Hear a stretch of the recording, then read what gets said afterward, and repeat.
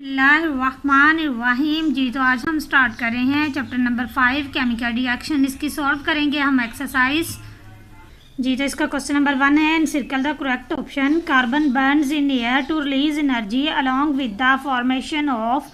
सही ऑप्शन है इसका कार्बन डाइऑक्साइड। ए ऑप्शन इसका सही है carbon dioxide. The product of reaction between zinc and dilute sulphuric acid. तो सही ऑप्शन है इसका C, zinc sulphate and hydrogen. Next है, which of the following is an unbalance chemical equation. हमने बताना है इसमें से कौन सी अनबैलेंस केमिकल इक्वेशन है। तो इसमें है NaCl2 और NaCl। बी ऑप्शन इसका सही है। इसमें Cl2 है, 2 कार्बन क्लोरीन के हैं और यहाँ पर एक ही दिया है, इसलिए ये अनबैलेंस है। Heating of solid potassium chlorate produce a gas. कौन से सॉलिड पोटाशियम क्लोरेट को हम हीट अप करें तो कौन सी गैस प्रोड्यूस होती है? Oxygen gas. नेक्स्ट है, which of the following is an exothermic reaction. हमने बताना है एक्सोथर्मिक रिएक्शन कौन सा है। Formation of iron sulphide from iron and sulphur. A option इसका सही है। नेक्स्ट है, which of the following is a balance chemical equation. Balance chemical equation कौन सी है? सी ऑप्शन इसका सही है 2Fe + 3Cl2 2FeCl3। दोनों तरफ इनके मॉलिक्यूल्स एटम जो है वो बिल्कुल सेम है, इसलिए ये इसका सही ऑप्शन है। The following equation is properly balanced when. हमने इसको बैलेंस करना है CO + O2 CO2। x जो है वो x जो है उसमें 2 है, y में 1 है और z में 2 है, तो इसका डी ऑप्शन सही होगा। How many oxygen atoms are present in 1 molecule of MgHCO3। तो इसमें होंगे 6 मॉलिक्यूल्स। सी ऑप्शन इसका सही है। The reaction between calcium oxide and carbon dioxide to form calcium carbonate is an example of addition reaction. किस चीज़ की example है? ए ऑप्शन इसका सही है, एडिशन रिएक्शन। नेक्स्ट है, the thermal decomposition of calcium carbonate produced a gas. कौन सी गैस प्रोड्यूस करेगी? Carbon dioxide gas. जी तो नेक्स्ट क्वेश्चन देख लेते हैं। Answer the following questions. Define a chemical reaction. सबसे पहले हमने केमिकल रिएक्शन को डिफाइन करना है। जी तो इसको देख लेते हैं। Define chemical reaction, the process in which substance. कह रहा है वो वाला प्रोसेस जिसमें सब्सटेंस चीज़ों को चेंज इनटू तब्दील कर देते हैं। अ न्यू सब्सटेंस एक नई चीज़ में with different chemical composition and properties. उसकी केमिकल और कंपोजिशन और प्रॉपर्टीज़ को डिफरेंट केमिकल कंपोजिशन और प्रॉपर्टीज़ के साथ हम किसी एक चीज़ को दूसरी चीज़ में चेंज कर देते हैं, इसको हम कहेंगे केमिकल रिएक्शन। फॉर एग्जांपल है हमारे पास H2 + O2 हाइड्रोजन + ऑक्सीजन, ये दोनों मिलके बना देते हैं H2O वाटर। नेक्स्ट क्वेश्चन है, reactant. Define reactant, the substance which take part in a chemical reaction are called reactants. कह रहा है वो वाले सब्सटेंस जो टेक पार्ट करते हैं, हिस्सा लेते हैं इन अ केमिकल रिएक्शन, किसी भी केमिकल रिएक्शन में, उसको हम कहेंगे reactant. For example H2 + O2, ये दोनों रिएक्टेंट होंगे और ये जो एक नई चीज़ बन जाती है वो होते हैं प्रोडक्ट। ठीक है, जो दो चीज़ें हिस्सा ले रही हैं, जो किसी चीज़ एक नई चीज़ बनती है उसको हम कहते हैं प्रोडक्ट। जो दो चीज़ें मिल रही होती हैं उनको हम कहते हैं रिएक्टेंट। नेक्स्ट है, define product. The substance which are formed as a result of new chemical reaction. किसी भी केमिकल रिएक्शन के नतीजे में एक नई चीज़ बनती है उसको हम कहते हैं product. For example H2 + O2 goes to 2H2O। ये जो 2 मॉलिक्यूल ऑफ वाटर बन रहे हैं ये प्रोडक्ट है और ये रिएक्टेंट है। इसी तरह CH4 मीथेन + O2, तो ये बन रहा है CO2 कार्बन डाइऑक्साइड साथ में वाटर, ये दोनों प्रोडक्ट्स होंगे और ये दोनों रिएक्टेंट होंगे। नेक्स्ट है, what is chemical equation. Chemical equation क्या होती है? अ chemical equation is the representation of a chemical reaction. कह रहा है किसी भी केमिकल रिएक्शन की representation in term of symbol, जिसको हम बयान करें सिंबल्स में, फॉर्मूलाज में और साइंस में। इन अ केमिकल इक्वेशन, किसी केमिकल रिएक्वेशन में the reactants and products are separated by an arrow. कह रहा है एक केमिकल इक्वेशन में हम रिएक्टेंट और प्रोडक्ट को एक एरो के साथ सेपरेट करते हैं। ठीक है, इसमें क्या होते हैं? सिंबल्स होते हैं, साइंस होते हैं और साथ में हम क्या कहेंगे? एरो जो होता है इसको हम सेपरेट करते हैं। किस चीज़ के लिए? रिएक्टेंट और प्रोडक्ट को सेपरेट करने के लिए। अगर ये दोनों सेपरेट होंगे फिर ही हमें पता चलेगा ना कि कौन से रिएक्टेंट है और कौन से प्रोडक्ट हैं। नेक्स्ट है state law of conservation of mass. Mass is neither created, कह रहा मास जो होता है उसको हम बना नहीं सकते, नॉट डिस्ट्रॉयड, और ना ही हम इसको ख़त्म कर सकते हैं, बट इट चेंज, बल्कि हम इसको चेंज कर सकते हैं from one form to another, एक शक्ल से दूसरी शक्ल में। फॉर एग्जाम्पल है AgNO3 प्लस NaCl, तो इससे बन जाएगा AgCl प्लस NaNO3। ये देखो ये मास है, इसको हम चेंज कर दिया, इससे हम एक नई चीज़ बना देते हैं। हम इसको ख़त्म नहीं कर सकते इसमें से कोई भी चीज़, लेकिन एक शक्ल से दूसरी शक्ल में चेंज कर सकते हैं। नेक्स्ट है डिफ्रेंशिएट बिटवीन फॉलोइंग, हमने डिफ्रेंशिएट करना है एडिशन रिएक्शन और डीकम्पोजिशन रिएक्शन में। एडिशन रिएक्शन क्या होता है? The chemical combination of two or more substance, कह रहा है केमिकल कम्बिनेशन दो या दो से ज़्यादा चीज़ों को टू फॉर्म वन कंपाउंड, दो या दो से ज़्यादा चीज़ें अगर मिलकर एक कंपाउंड चीज़ बना दें तो उसको हम कहेंगे एडिशन रिएक्शन। ठीक है, दो सिंपल सी चीज़ें मिलकर एक कम्प्लेक्स चीज़ बना देंगी, इसको हम कहेंगे एडिशन रिएक्शन। इसी तरह से है a chemical reaction in which a compound split, जिसमें एक कम्प्लेक्स एक कंपाउंड चीज़ जो होती है वो स्प्लिट टूट कर into two or more simple substance, दो सिंपल चीज़ें बना देंगी, इसको हम कहेंगे डीकम्पोजिशन रिएक्शन, उसका टूट जाना। इसमें है H2 प्लस Cl2, ठीक है, ये दोनों मिलके सिंपल सी चीज़ें हैं, मिलकर एक कंपाउंड बना देंगे 2HCl हाइड्रोक्लोरिक एसिड। इसी तरह CaCO3 ये कम्प्लेक्स है, इसको हम स्प्लिट अप करेंगे, तोड़ेंगे तो CaO plus CO2 carbon dioxide gas बन जाएगी साथ में। नेक्स्ट है बैलेंस केमिकल इक्वेशन और unbalance chemical equation. A chemical equation in which the number of atoms of each elements on both side, जिसमें दोनों साइडों पर, किसी भी इक्वेशन की दोनों साइडों पर नंबर ऑफ एलिमेंट्स सेम होंगे, उसको हम कहेंगे बैलेंस केमिकल इक्वेशन। अगर उनमें नंबर ऑफ एलिमेंट्स सेम नहीं होंगे तो उसको हम कहेंगे अनबैलेंस केमिकल इक्वेशन। इसको देख लेते हैं। Chemical equation in which number of atoms of each element, कह रहा है हर एलिमेंट में are not equal, number of atoms जो होते हैं वो इक्वल नहीं होंगे ऑन बोथ साइड, दोनों साइडों पर, रिएक्टेंट एंड प्रोडक्ट में। फॉर एग्जाम्पल, ये इसकी एग्जाम्पल है बैलेंस केमिकल इक्वेशन की HCl plus NaOH, NaCl plus H2O। ठीक है, ये है बैलेंस केमिकल इक्वेशन और ये है अनबैलेंस केमिकल इक्वेशन। कैसे? H2 प्लस O2 H2O, इसमें ऑक्सीजन के दो मॉलिक्यूल हैं और इधर एक ही आ रहा है, तो ये क्या हुई? अनबैलेंस होगी।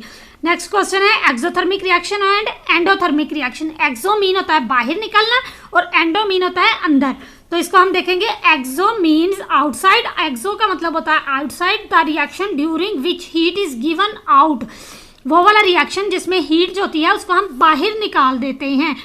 ठीक है, और वो वाला रिएक्शन जिसमें हम हीट को अंदर लेके आते हैं, इंसर्ट करते हैं, तो उसको हम कहेंगे एंडोथर्मिक रिएक्शन।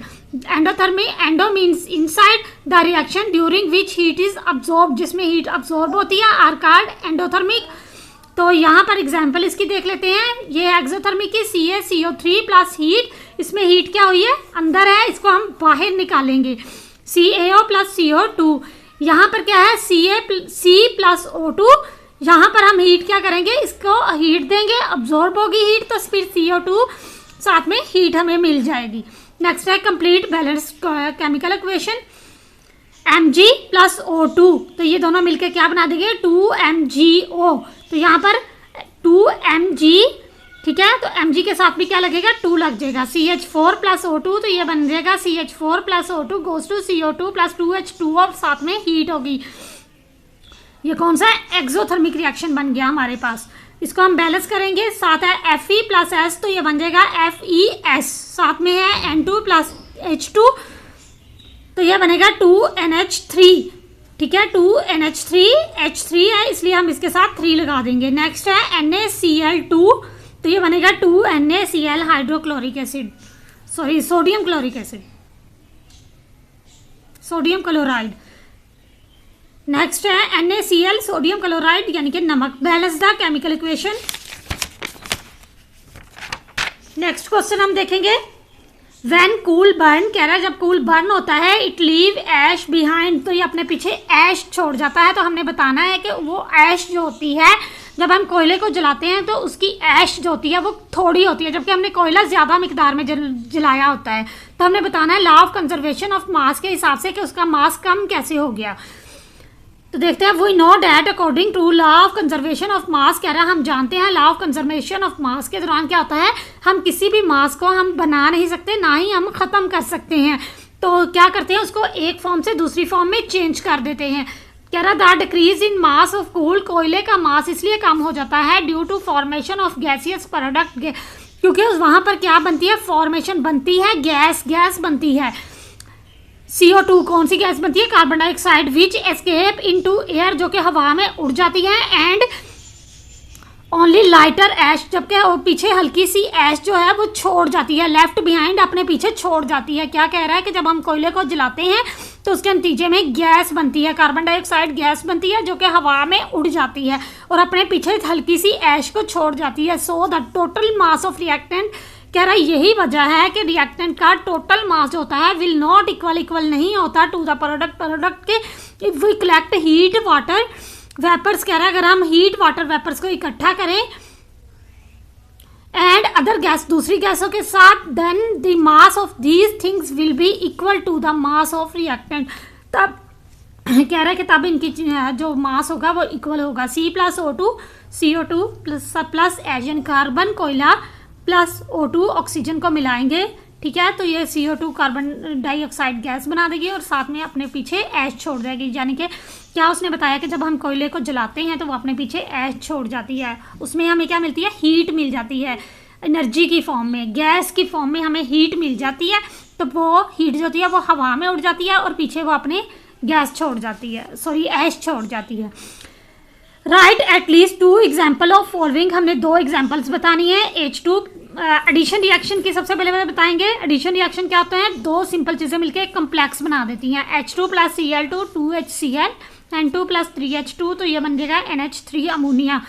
नेक्स्ट है डीकम्पोजिशन रिएक्शन, इसने क्या करना है, कम्प्लेक्स चीज़ ने टूटना होता है, डीकम्पोज होना होता है और 2 सिंपल चीज़ें बन जाती हैं। 2KCl3 तो 2KCl + 3O2, इसी तरह CaCO3 CaO + CO2। नेक्स्ट है एक्सोथर्मिक रिएक्शन, तो एक्सो मीन्स होता है हीट का बाहर निकलना, तो C+O2 कोयला, C4 कार्बन + O2 ऑक्सीजन, ये दोनों मिलेंगे तो कार्बन डाइऑक्साइड गैस मिलेगी, जो भी मैंने आप लोगों को पीछे समझाया, और साथ में हमें क्या मिल जाएगी, हीट मिल जाएगी। इसी तरह Fe + S, तो FeS + हीट, इसमें भी हमें क्या मिल जाएगी, हीट मिल जाएगी। नेक्स्ट क्वेश्चन है एंडोथर्मिक रिएक्शन, CaCO3 या कम्प्लेक्स चीज, सॉरी इसमें हीट जो होती है वो ऑब्जॉर्ब होती है, इसमें साथ में हीट है, तो ये CaCO + CO2, इस तरह N2 + O2, इसमें क्या होगा, हीट देंगे तो 2NO बन जाएगा हमारे पास जी। तो नेक्स्ट देख लेते हैं।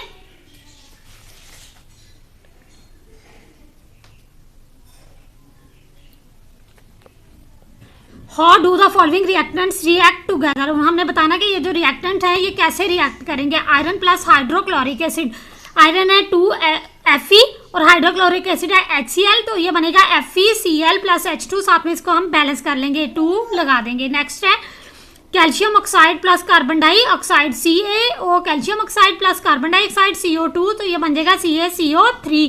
नेक्स्ट है carbon monoxide + oxygen, CO carbon monoxide O2 oxygen, तो ये बना देगा हमारे पास कार्बन डाइऑक्साइड, तो इसको भी हम बैलेंस कर लेंगे। नेक्स्ट है मीथेन + ऑक्सीजन, CH4 है मीथेन, O2 है ऑक्सीजन, ये तो मीथेन + ऑक्सीजन CH4 + O2, तो ये बना देंगे CO2 + वाटर H2O, साथ में हीट देंगे तो इसको हम बैलेंस कर लेंगे। नेक्स्ट है carbon dioxide + water, CO2 + H2O, carbon dioxide + water, तो ये बनाएंगे C6H12O6, ग्लूकोज + O ऑक्सीजन देंगे साथ में।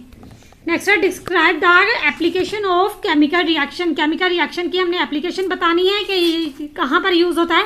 Heat producing during burning of fuel use to cook food, कह रहा है हीट का प्रोड्यूस हो जाना कहाँ पर, जब हम कोई खाना बनाने के लिए आग जला रहे होते हैं, कोई भी फ्यूल यूज़ कर रहे होते हैं, तो उसमें हीट का बनना भी एक केमिकल रिएक्शन है। नेक्स्ट है एनर्जी प्रोड्यूस, एनर्जी का पैदा होना ड्यूरिंग रेस्पिरेशन, रेस्पिरेशन के दौरान is use to perform all function of body, जब हम अपनी बॉडी में काम कर रहे होते हैं, जब हम काम कर रहे होते हैं तो काम करने के लिए हमें एनर्जी चाहिए होती है, वो एनर्जी का बनना रेस्पिरेशन के दौरान उसको भी हम केमिकल रिएक्शन कहेंगे। यूजफुल फॉर्मेशन प्रोडक्ट, टेराफॉर्मेशन, फर्मेंटेशन प्रोडक्ट, फर्मेंटेशन के प्रोडक्ट्स जैसे दही का बनना या बेकिंग का काम करना। जब भी हम बेकिंग का काम करते हैं, जैसे केक वगैरह बनाते हैं, तो वो भी क्या है, वो भी एक एप्लीकेशन है किस चीज़ की, केमिकल रिएक्शन की।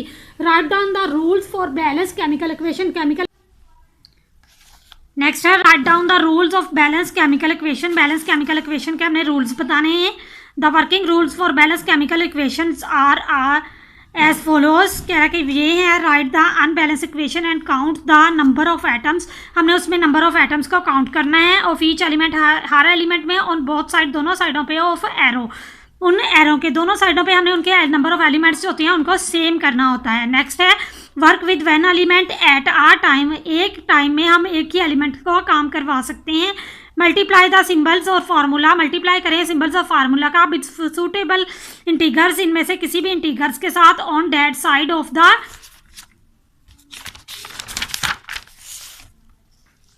Equation where the number of atoms of a particular element is less and try to balance this element on both side of the equation। कह रहा है कि जिस साइड पे कम हो नंबर ऑफ एलिमेंट्स, उस साइड पे किसी भी इंटीगर्स के साथ मल्टीप्लाई करें और उनको बैलेंस करने की कोशिश करें। Repeat the process of all the elements one by one. सारे रिएक्शन प्रोसेस को हम वन बाय वन करके रिपीट करें।